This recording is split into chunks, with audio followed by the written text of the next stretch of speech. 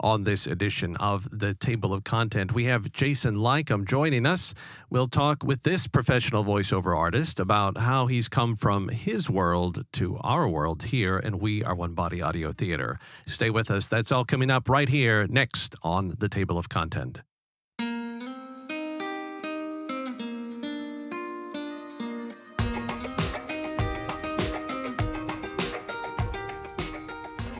Welcome to this edition of the Table of Content. I am your host, Albert Sines. We are so glad that you've tuned us in for another episode, and we are happy to be joined today by Jason Leikam, a professional voiceover artist. Jason, thanks so much for taking some time to be with us.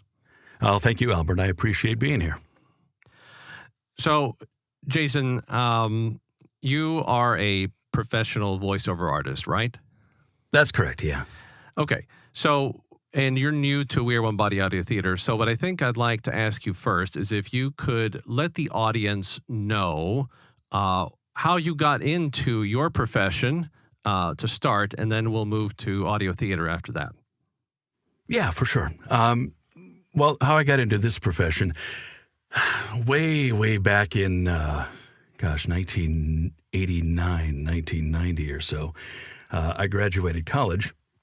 And I went to school for a communications degree because I wanted to be the radio disc jockey. So I actually did get my degree and got out of there in 3.5 years because I really wanted to hit the ground running, and got my first radio job that was doing overnights at a rock radio station. But I found very quickly that my real love came in being able to do the production work for the radio station rather than the actual on-air work. And I really enjoyed the commercials and kind of the back end. I guess you could liken it to being behind the camera instead of in front of the camera. Right. To TV. And when I discovered that I really enjoyed doing that, I got more and more involved from the production director side.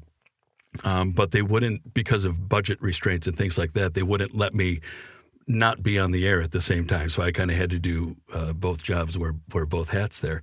Sure. But that lasted, from station to station. Job security is not great in radio. And I got married and got a dog and had a couple of kids and those types of things.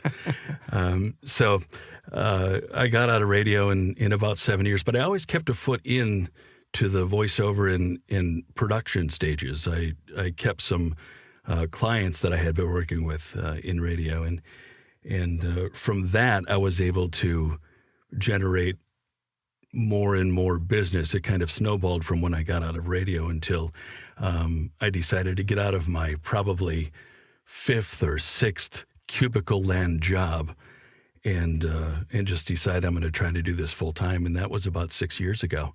And since then it's been going wonderfully well, and I wish I would have done it sooner. Yeah, I was listening to your story, and I was thinking about my own sort of world. I went to college, got my communications degree, but I was really wanting to do video work, and it took me a while to actually get a foot in there. And then after a couple of stints doing some video work for a couple different organizations, I ended up at a radio station on the air as a host. But we had to do double duty at the radio station, as well as we had to produce the content, edit it, clean it up, get it ready to put on air, and because it's a lot of spoken word content. And I really, coming from video to radio, I was thinking instead of video, I'm looking at waveforms now. And I got more interested than I thought I would be in trying to work with producing audio. So I was like, yeah, that sounds a little bit like me, a little bit different, but kind of like me. So I can appreciate where you're coming from there on the production side. Yeah, it's kind of one great big happy family like that. Yes, sir. So you jump out of your cubicle, you do voiceover work full time. It's your profession. It's how you now provide for yourself and your family. And how do you find We Are One Body Audio Theater? Well, about a year and a half ago, I became part of what we called a voiceover mastermind group. And really all that was a group of about 8 of us that had one voiceover coach in common. and we would meet monthly. And another member of your program was also in that group, and that's how I met her. Her name's Dana Rizzo, Right, right. and so I started working with Dana on a number of things that we've collaborated on, and she, of course, was familiar with Greta Lynn, who is with you, and we were going to put together a children's book demo for our various websites, and one that we've started together at this point. And that's how I met Greta Lynn, who helped direct us through our children's book demo. And I mentioned at that time that I would love to volunteer and do anything I could to help you all. And she sent me the first poem to do, and I'm looking forward to doing more. Okay, so I listened to that poem that you did, I Wonder as a Lonely Cloud, and of course you have this very prominent, very prisoned voice. That's how you get to do what you do.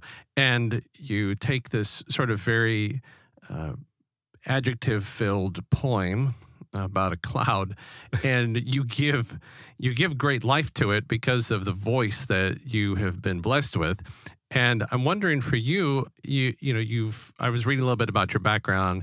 You've always done a lot of sort of commercial work and advertising type of work, and you do a poem now. Is that a huge transition to go from sort of one spectrum of voiceover to doing a sort of very descriptive, very tranquil sort of poem? The only similarities are that I'm still reading it. Really, it's night and day, and Greta Lynn did a wonderful job directing me through it. I gave it a couple of runs on my own, and she didn't have a lot to say, and what she did have to say as far as input on the delivery were so useful. It was concise, but excellently relevant, and that's how it came out. And for my first one, I'm very proud of it, and I hope those that listen to it are as well. And that's why I just can't wait to get into more of that type of voiceover, because it really is something that I haven't done in the past. Do you find it to be sort of what I'll say a nice escape from your traditional work to do something like poetry? Yes, yeah, I really do. It's so nice to be able to branch out and see if there is anything else in there that I haven't done before that I may or anybody else may benefit from down the road. Now, there's obviously a world of options here with audio theater. We do poetry, we do stories, we have some virtual productions we have coming up. Is there something that maybe you have a higher interest in that you'd like to volunteer with audio theater? Well, with what I do, people call us a number of different things, whether it be voice talent or voice artist or voice actor or any of those types of things. But voice artist and actor, I don't know, go well with me personally, but I would love for voice actor to be something that I could fall back on. So, yeah, with one of the productions that's coming out right now, I'm going to audition for it, and hopefully I get something with this one. But if not, I'll audition for another one down the road, and it would be really neat, I think, to be able to get involved in like I say, another branch or another aspect of voice acting itself. Yeah, I'm glad that you say that.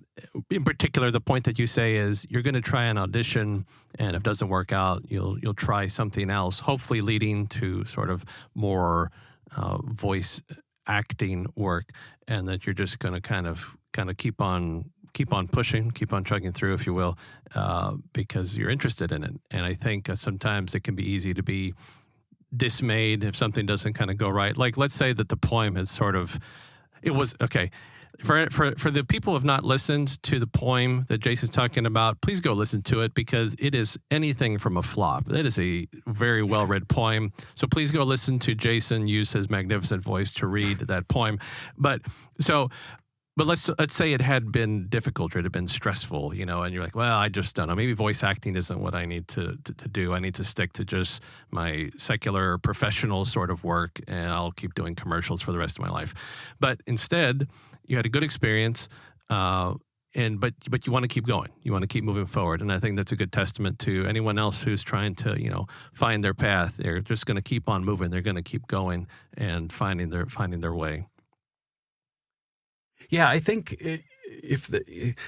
doing what we do as voice artists or voice talent is almost as rough as sales, because you really have to get used to the rejection point of it, the rejection aspect, because we can do 100 auditions. And maybe we're chosen for 5 of those jobs or 10 of those jobs. So there's so much more. If you hear a commercial on the radio, there's so much time that goes into that voice artist getting that commercial, but that people don't realize. They think they just pick somebody off the street and they come in and they read a Sure. script. Yeah. So when it comes to something like this, like reading the poem or auditioning for the virtual productions that you have, I'm well versed in taking rejection and constructive criticism and those types of things, and that's why I say if it doesn't work with this one, hopefully it'll work with the next one, and we will keep trying, because it's I guess one of those things where if you're kind of stuck in the rut of everything that you do, then it doesn't become fun anymore. You need to keep challenging yourself.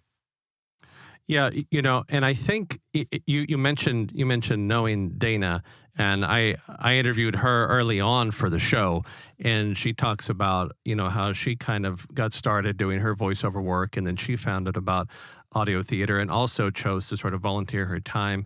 And I think it's been a great balance for her to have, outside of her sort of professional work, to have this opportunity to work with this great group of people and to do something that's really fun and creative and that has a little bit more life to it, if you will, in certain aspects. So I could definitely appreciate that aspect of, let's get outside the box, do something that keeps it fun, keeps it motivating, keeps the energy going, so that you don't end up just sort of falling flat before too long.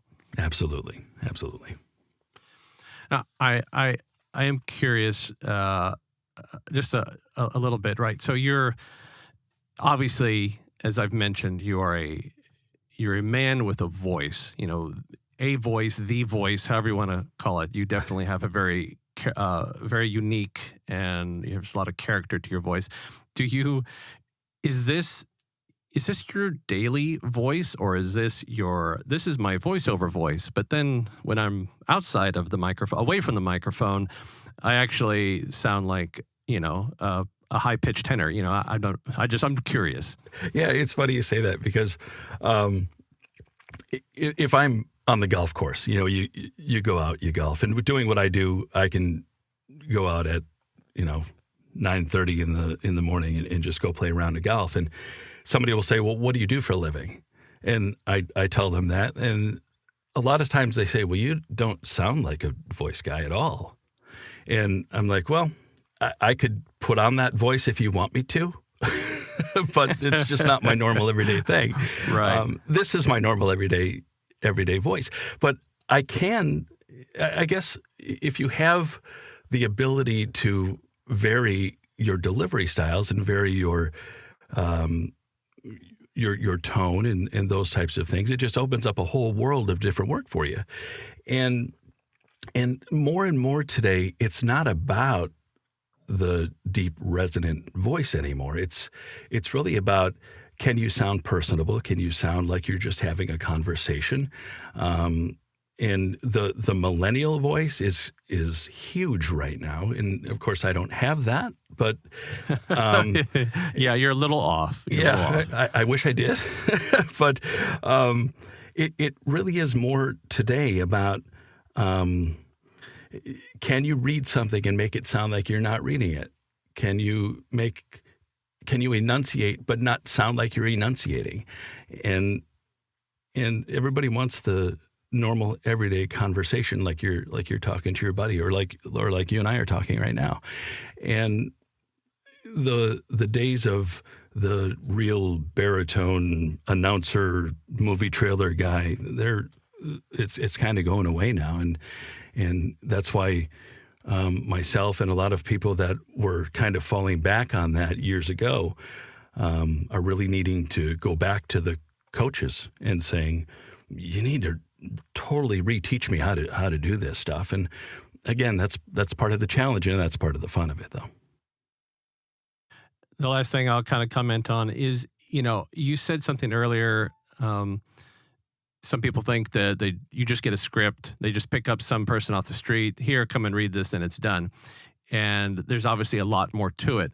But you just mentioned for the second or third time about your coach. And I'm glad that you make that note so that maybe anyone who's listening that is interested in doing voiceover work, that it's not just a matter of having a voice, whatever the voice is, but that, hey, someone like you or someone like Dana Rizzo or other professionals, they still use coaches. They still need to go have someone and help them find out how to use their voice in the best way possible. It's not just something that you sort of hash your way through on your own, but hey, you still go out and get some professional training because it's to your betterment and it helps your career continue to flourish. So it's good to know that professionals still use other professionals to help them as they go. Yeah, that's the case with almost everybody out there that is successful right now. So, Jason, you mentioned that, you're going to audition for this upcoming virtual production. But is there really anything else specific that maybe you hope that Audio Theater is able to offer you down the road? Just more volunteer opportunities. I think working on short stories and poems, I think it opens up a whole new world, like I said earlier, of possibilities to grow in voiceover, in something that I won't get anywhere else. So I really appreciate the opportunities. Well, I know that the staff of Audio Theater is very glad to have you on board. You definitely are. Every person that volunteers provides a very unique personality, a very unique voice, and very good addition to the overall sort of pot of creativeness that Audio Theater has. So I know they're very glad to have you joining that collective effort. So thank you for taking time to be with Audio Theater, as well as thanking you for taking time to talk with me here on Table of Content. Oh, thank you for the kind words, first of all, and thank you for asking me. It's been a good time, and hope we can do it again. Ladies and gentlemen, if you want to hear more from Jason, go to our website, waobaudiotheater.org, or look us up on any of our other platforms. And again, there's only one poem that he has, but again, it's a home run. So take some time, listen to it, and see what a man with one voice can do in 1 minute and 30 seconds. Jason, thanks so much again for being with us. And again, like you said, hopefully we get to have you back on down the road. Great. Thank you, Albert. Ladies and gentlemen, thanks for tuning in for this episode of The Table of Content. We will catch you next time. Until then, be good, stay safe. Peace.